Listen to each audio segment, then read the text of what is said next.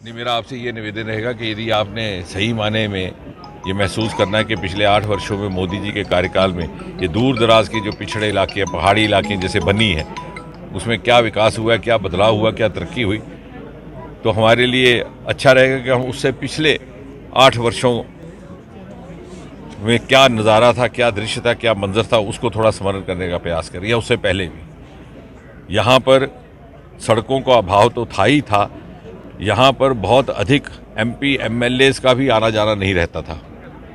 ये इलाका इतना पिछड़ा हुआ था कि यहाँ पर लोगों की मानसिकता में ही ये बैठ गई थी बात कि शायद उनका कभी विकास हो ही नहीं सकेगा।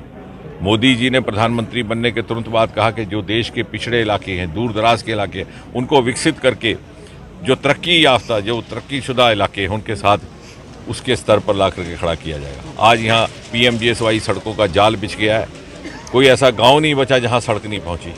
एक नया हाईवे यहाँ से लखनपुर से होता हुआ बन्नी बसोली को लांघता हुआ छतरगला का टनल पार करके भद्रवाह डोडा तक बनाने की योजना है। छतरगला के टनल का DPR तैयार हो चुका है। बीकन्स जो BRO की एक एजेंसी है उसने वो काम किया है और हमें उम्मीद है कि अगले भारतमाला में उसका काम भी शुरू हो जाएगा। एक अल्टरनेट और ऑल वेदर रोड यहाँ रहेगी, उससे यहाँ के पर्यटन को भी विकास होगा, क्योंकि जिस तरह का इसका नेचुरल रिसोर्स है, जो कुदरती सरमाया है इसमें पर्यटन का, उसको कभी उभारा नहीं गया।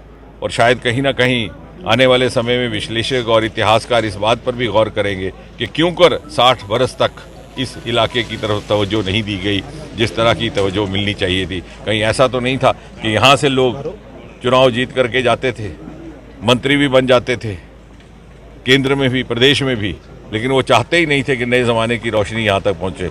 उनको शायद इसी में अपना स्वार्थ लगता था कि इलाका पसमानदा रहे, यहाँ के लोग पिछड़े रहे और हर 5 साल के बाद उनके कहने पर उनको वोट डाल करके बार बार पुष्ट जिताते रहे। सर भी हमेशा डिमांड रही है कि बनी बसोली बिलावर के इलाके जो है इनमें रेल नेटवर्क को भी एस्टेब्लिश किया जाए। नहीं, उसके ऊपर भी योजना चल रही है, धीरे धीरे वो भी हो जाएगा। आप इतना यही मैंने कहा कि अगर आपने ये तुलना करनी है, ये समझना है कि इन वर्षों में 8 वर्षों में क्या हुआ, तो पहले शायद आप छोटी अवस्था के हैं, अपने बुजुर्गों से पूछिए कि उससे पहले 8 वर्षों का क्या हाल था।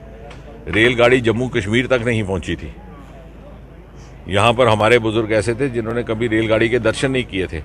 आज रेलगाड़ी अगले बरस तक 2023 तक के अंत तक कश्मीर तक पहुँचने की योजना है। रियासी में दुनिया का सबसे ऊंचा रेल का पुल एलिफेंट टावर से 35 मीटर ऊंचा बनने जा रहा है। इसी तरह से आज वंदे भारत, सबसे पहले वंदे भारत दिल्ली और वाराणसी के बीच में शुरू हुई, दूसरी वंदे भारत दिल्ली और कटरा के बीच में। इसी प्रकार रेल का जिस प्रकार का नेटवर्क यहाँ पर फैल रहा है, धीरे धीरे बनी बसोली भी उसके नक्शे पर आएगा। सर, अमरनाथ यात्रा के लिए काउंटडाउन शुरू हो चुका है, किस तरह की तैयारियां इस बार हैं और सुरक्षा को लेकर किस तरीके से? मुझे लगता है कि इस बार बड़ी व्यवस्था के साथ सारी तैयारी की गई है। प्रीएम्प्टिव प्रिपेयर्डनेस भी है, उपयोग किया जा रहा है। सिक्योरिटी की दृष्टि से शौचालय से लेकर के भोजनालय तक सारी व्यवस्था सरकार ने अपने जिम्मे ली है। मुझे ये कहते हुए गर्व है कि इसी लोकसभा क्षेत्र में रामबन से आगे चंद्रकोट की तरफ जाते हुए एक नया यात्री निवास भी स्थापित किया गया है।